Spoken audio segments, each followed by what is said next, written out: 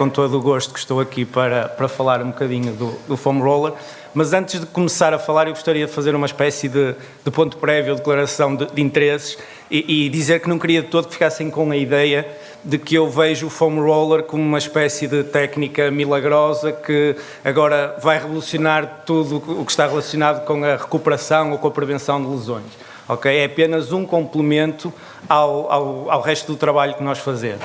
A única ferramenta que eu conheço que resolve tudo são aqueles chinelos da TV Shop, corrigem a postura e mais não sei o que é. Não, estou a brincar. É sempre um complemento ao resto do nosso trabalho. Eu penso que o Marco se lembrou de mim porque sabe que eu tenho alguma experiência com a utilização ou com a introdução do foam roller em contexto desportivo, mas, no seguimento do que estava a dizer, essa introdução foi feita dentro de um programa mais amplo e mais abrangente que contava com um conjunto de outros exercícios que já foram aqui falados, de coordenação, de potência, de força, de agilidade e portanto, a introdução do foam roller foi nesse plano no qual eu participei, mas do qual, confesso, não fui o principal contribuidor. Quero referir aqui o nome do professor João Peralta, que é uma pessoa com quem eu muito aprendi no ano e qualquer coisa que trabalhei com ele. Portanto, e também falando aqui um bocadinho por comparação com o que está descrito sobre os alongamentos, eu também não concordo com a aplicação em rebanho e mesmo essa aplicação que nós fizemos durante todo o período de preparação para o campeonato da Europa de Sub-17 de handball feminino, não ter sido uma aplicação de foam roller individualizada, mas é preciso frisar que as atletas foram avaliadas antes e foram incluídas em grupos e, portanto, a aplicação, não sendo totalmente individualizada, não era uma aplicação geral, ok? O que é que eu vou tentar fazer? Eu vou tentar falar um bocadinho da minha experiência, da minha visão, existe a informática na ótica do utilizador, existe o foam rolling na ótica do utilizador, portanto, eu vou dizer um bocadinho da minha experiência, da minha percepção dos resultados, mas só a minha experiência por si só não vale. Então, tentei trazer aqui alguma literatura, infelizmente, comparado com o que existe, por exemplo, em relação aos alongamentos, há muito menos coisas escritas e também, como o tempo não era muito, não trouxe muita coisa. O foam roller, eu sou fisioterapeuta e utilizo técnicas de libertação miofacial manuais, ok, como terapeuta. Mas talvez por serem técnicas que mostram trazer algum benefício, talvez alguém tenha pensado que seria interessante arranjar estratégias de que os atletas pudessem autonomamente fazer algum desse trabalho e aliviar o trabalho do terapeuta, porque na maior parte dos contextos temos um fisioterapeuta, talvez dois, e eu prefiro ter o meu tempo empregue naquilo que é mais importante e não estar propriamente, poder ter uma ferramenta que os atletas façam a sua própria gestão. E o foam roller, na minha opinião, é uma ferramenta muito útil para isso, porque é de fácil aplicação, é relativamente rápida de executar para conseguir, na minha perspectiva, alguns resultados interessantes, não é muito dispendiosa de adquirir e, portanto, pode ser talvez uma boa estratégia.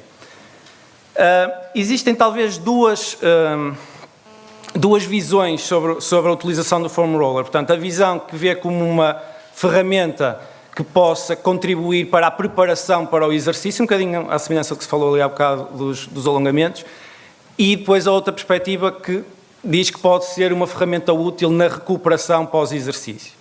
Então, aquilo que eu queria que vocês no final saíssem daqui seria sobretudo a tentar perceber, então isto será interessante utilizar no início, no fim, no início e no fim, quanto tempo, quantas passagens, portanto, essas questões mais práticas. Analiticamente, já aqui foi falado também, uma utilização mais analítica ou mais ao longo de trilhos miofaciais ou mais ao longo de cadeias musculares. O que é que será mais interessante?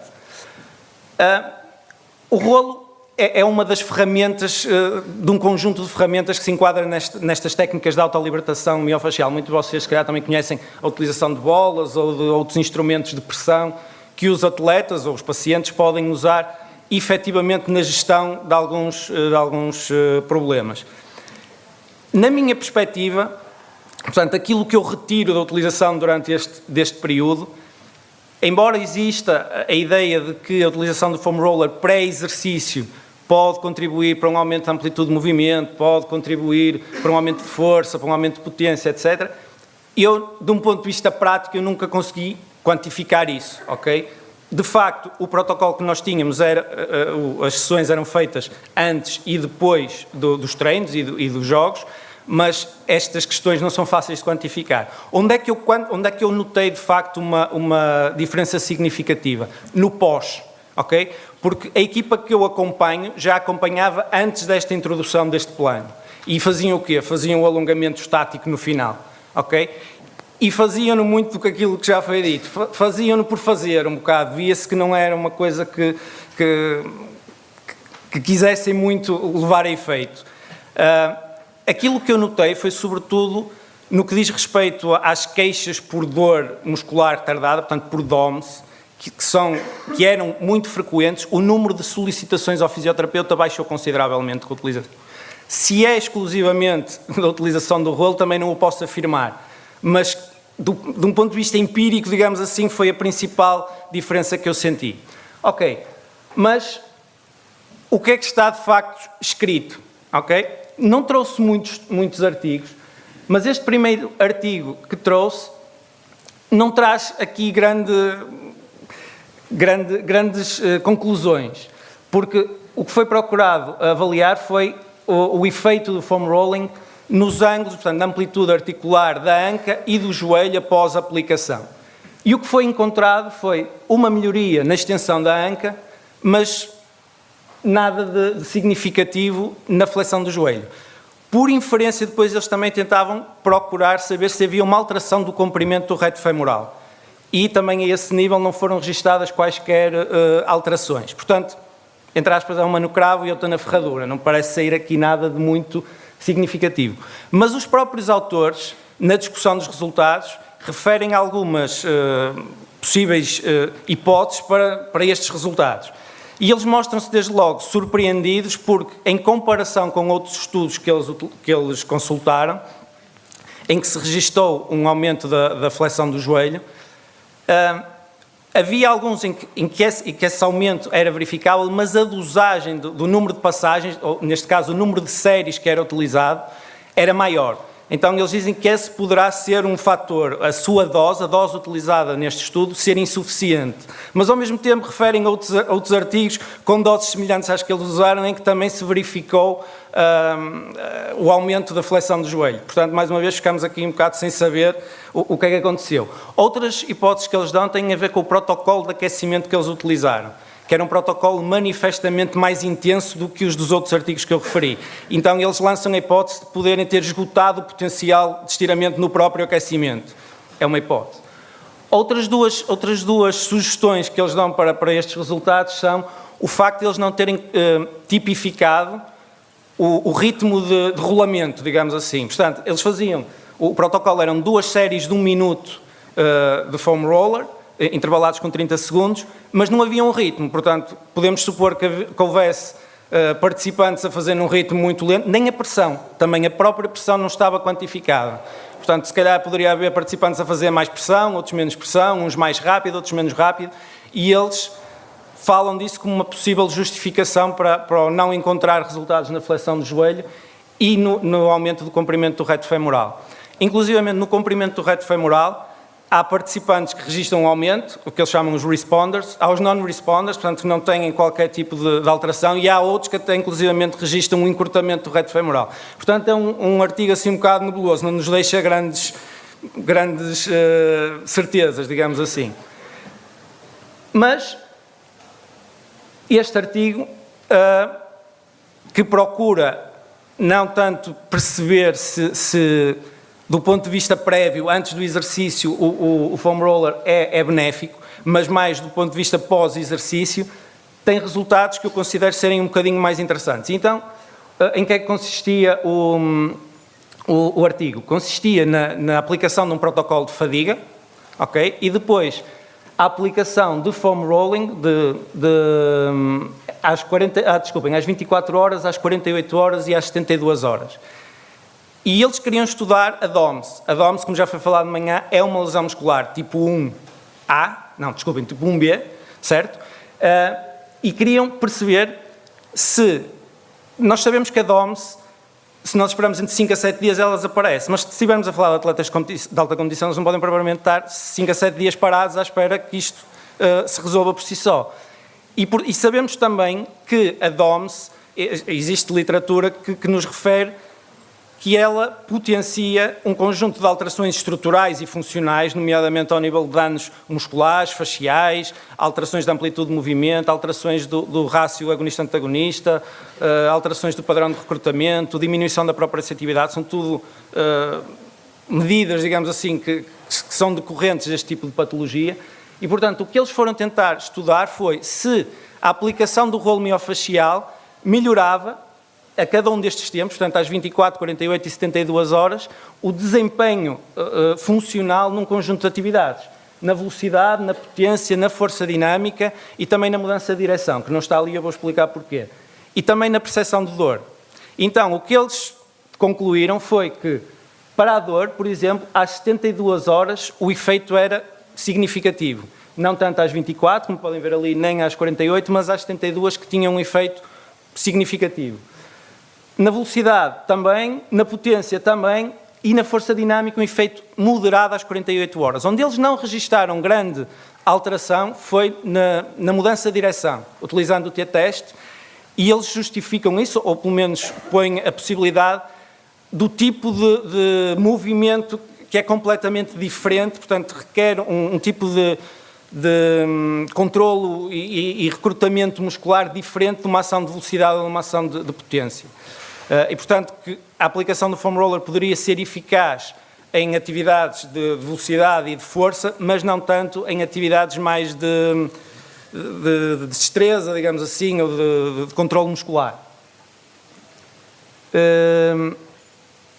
Este outro artigo procurou estudar a aplicação... uma coisa importante, peço desculpa. Há aqui algumas características deste estudo que, a meu ver, são muito importantes, completamente diferentes do estudo anterior. Primeira, o tempo de aplicação, 20 minutos. Ok? Estávamos a falar de 2 aplicações de 1 minuto e agora estamos a falar de 20 minutos, mas não é 20 minutos num músculo. E é aí que entra a segunda questão que eu acho pertinente, que é a não aplicação analítica. Ao passo que no outro estudo era uma aplicação apenas sobre o reto anterior do quadríceps, aqui foi feita uma aplicação em todo o membro inferior. Portanto, quadríceps, isquiotibiais, banda iliotibial, glúteos, adutores, e por isso é que o tempo também é maior. Portanto, eram 45 segundos de aplicação e repetido, mas eu acho que, e o terceiro estudo vai também nesse sentido, quanto maior é o tempo de aplicação, maior parecem ser os resultados, ok? E também quanto mais global é a aplicação, também maior parecem ser os resultados, em oposição a uma aplicação mais analítica. Então, neste outro estudo, o que foi estudado foi também a amplitude de movimento e a atividade eletromiográfica do vasto lateral e do bíceps femoral durante a contração máxima isométrica. Okay? Quer dizer, isso é a atividade eletromiográfica e depois avaliada também a amplitude de movimento. O que estes autores, depois os participantes eram divididos em 3 grupos, um grupo que fazia 20 segundos de aplicação, outro que fazia 60 segundos de aplicação e um terceiro grupo que não fazia nada, que era um grupo de controle. O que os resultados parecem indicar é que os ganhos de amplitude articular são tanto maiores quanto maior o tempo. Ou seja, com resultados muito semelhantes aos de alguns estudos de alongamento estático, e já ouvimos aqui tudo o que foi falado sobre o alongamento estático no piorar da performance, então se calhar poderá ser uma alternativa. O nível de ganho era relativamente semelhante e maior quanto maior era o tempo de aplicação. Portanto, o grupo que fazia 60 segundos tinha um ganho consideravelmente maior que o que tinha 20 segundos e, sobretudo, se comparado com o grupo de controle. Na atividade eletromiográfica, ela era medida num lunge dinâmico e o que foi constatado foi que havia, de facto, um benefício, portanto, não era necessário tanta ativação para a execução do mesmo movimento, mas os ganhos não eram muito significativos no geral, mas na fase de push-off do lunge, esse aumento era já algo considerável. E, portanto, parece que pode ser uma estratégia interessante de aplicação. Então coloca-se a tal questão, antes do exercício ou depois do exercício. Este aumento da amplitude articular, já vimos que há estudos que dizem que sim, outros que são um bocadinho mais conservadores. Eu devo dizer que também não há muitos estudos, não há meta-análise, pronto, estamos a lidar com pouca informação ainda, e penso que o importante será o próximo passo que está a ser dado, do qual, por exemplo, o Marco faz parte aqui nesta faculdade, que é o estudo mais fisiológico do que acontece, de facto, à estrutura, no caso dele com análise com ecografia, mas há outros grupos em Itália, na Alemanha e na Holanda que estão a fazer investigações semelhantes, portanto perceber de facto o que é que acontece à estrutura miofascial.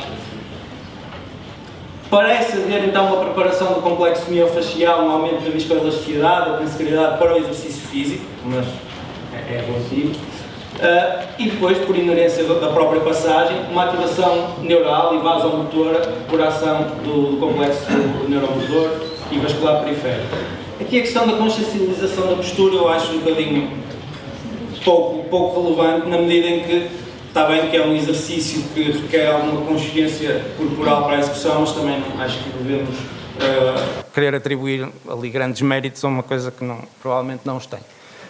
Pós-exercício, então, onde eu, na prática, sinceramente, notei um aporte mais positivo da introdução desta ferramenta, o Management Trigger e Tender Points. Isto é interessante porque, se me pedem para trabalhar isto, eu posso trabalhá-lo manualmente, ou até invasivamente, com punção seca, ou com EPI, ou com o que quer que seja, mas se eu tiver os atletas a fazerem este autotrabalho e provavelmente muito menos a solicitarem-me essa intervenção, é tempo que eu ganho para perder com quem realmente precisa da minha ajuda. Parece então haver uma redução do nível de tensão miotendinosa após a atividade física intensa e, por consequência, aumentar a amplitude articular sem comprometer a estabilidade. Parece haver um retorno mais rápido aos índices de desempenho desportivo por manipulação dos tecidos vasculares, viscerais aqui menos importantes, e neuromotores. E, mais uma vez, aqui a questão da correção postural. Eu não vejo o foam rolling de todo como uma técnica de correção postural. Agora, ela pode ser útil na correção postural? Claro que sim. Eu posso, se eu identificar que determinada cadeia muscular poderá ser responsável por aquela alteração postural, poderá ser uma ideia interessante fazer passagens ao longo dessa cadeia ou desse trilho anatómico. Mas, por si só, creio que não chega. Então, nós poderíamos fazer uma aplicação mais analítica, mas a mim, ao Marco e a outras pessoas, parece-nos muito mais interessante fazermos uma aplicação ao longo de contínuos miofasciais.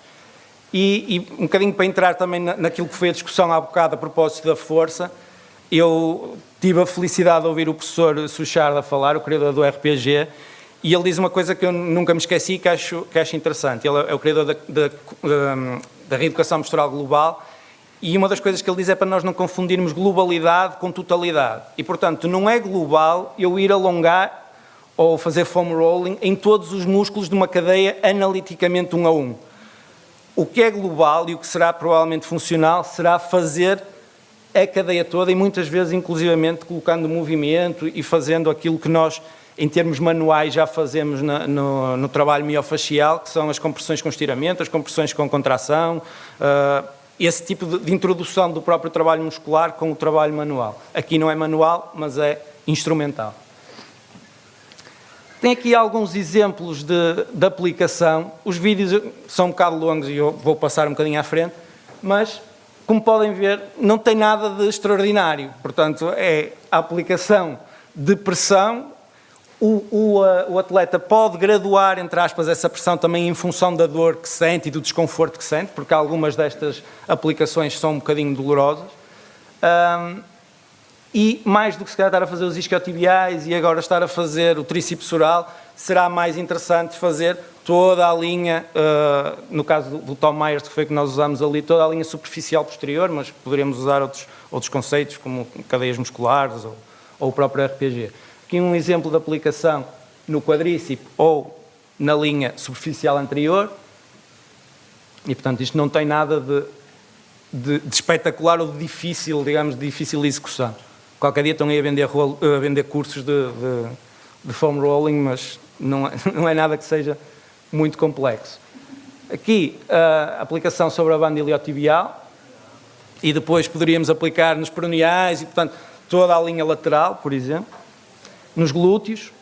No caso do piramidal, eu prefiro utilizar a bola, é algo que me parece mais incisivo, digamos, no trabalho, mas pode ser feito com o rolo também, e penso que está. E depois temos aqui, estou mesmo a terminar, temos aqui um exemplo de Trigger Point Management, que foi aquilo que eu falei há bocado. O que vocês estão a ver, ele está a fazer o rolamento com contração. Portanto, muito semelhante ao que nós fazemos muitas vezes do ponto de vista manual. Okay? Portanto, é uma forma do atleta autogerir alguns problemas que possa ter. E do ponto de vista do fisioterapeuta, o que eu posso dizer é que isso nos alivia bastante. Agora, é necessário mais estudos, é necessário que estes estudos que o Marco e outros investigadores estão a fazer sejam feitos e saiam cá para fora para nós termos também mais informação.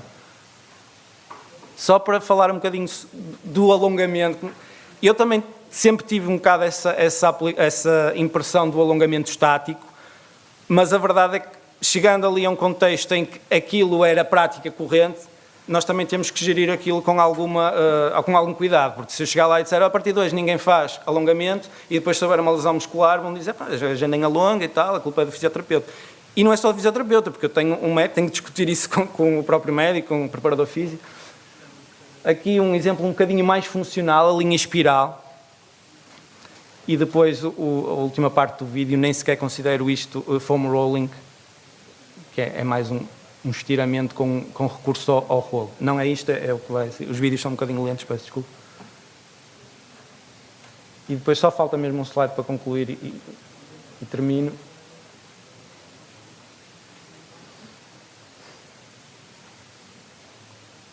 Já percebemos a ideia. Infelizmente, se eu carregar aqui, passa para o slide seguinte. Que é isto, o dorso de cão, dorso de gato. Isto não é propriamente rolamento miofacial, é a utilização do rolo para fazer, se calhar, mais uma técnica de alongamento que outra coisa. Ok? Mas pronto, até nisso o rolo pode ser uma ferramenta útil. Então, podemos concluir que é um método de fácil aplicação em contexto clínico. Não consome muito tempo, isto se tivermos vários rolos, obviamente se tivermos uma equipa de 16 ou 18 atletas, se tivermos um rolo vai demorar muito tempo. Mas se tivermos vários rolos é de fácil execução. Lá está, o facto dos atletas gostarem, em si só não quer dizer nada, mas eu também nisso notei uma diferença, ao passo que os alongamentos eram uma obrigação, em que estavam ali a alongar mais a língua, passa a expressão, do que outra coisa, e não estavam verdadeiramente a alongar nada. O rolo, as atletas vêm no início da sessão de treino perguntando onde é que estão os rolos. Okay? E, portanto, eu também presumo que elas sintam algum benefício dessa utilização. Frisar que é um método complementar a outras técnicas de recuperação, fiz questão de frisar isso no início, não interfere grandemente com o plano de treino, não podemos dizer que vá roubar muito tempo, é barato, ok? Por exemplo, eu gosto do trabalho excêntrico e com o Peralta nós trabalhámos muito isso, mas não é execuível, por exemplo, uma seleção estar a fazer aquisição de cones e de ioiós e não sei o quê, é mais complicado. Os rolos são relativamente baratos e nós o que fizemos foi comprar alguns, a própria equipa técnica, e depois as atletas foram progressivamente comprando os seus próprios rolos. Permite uma recuperação física mais rápida da dor e desconforto, isto também é, digamos, o que eu noto mais, e este poderá, vale o que vale, diminuir o número de lesões miotendinosas não traumáticas induzidas pelo exercício físico intenso ou inabitual. Obrigado.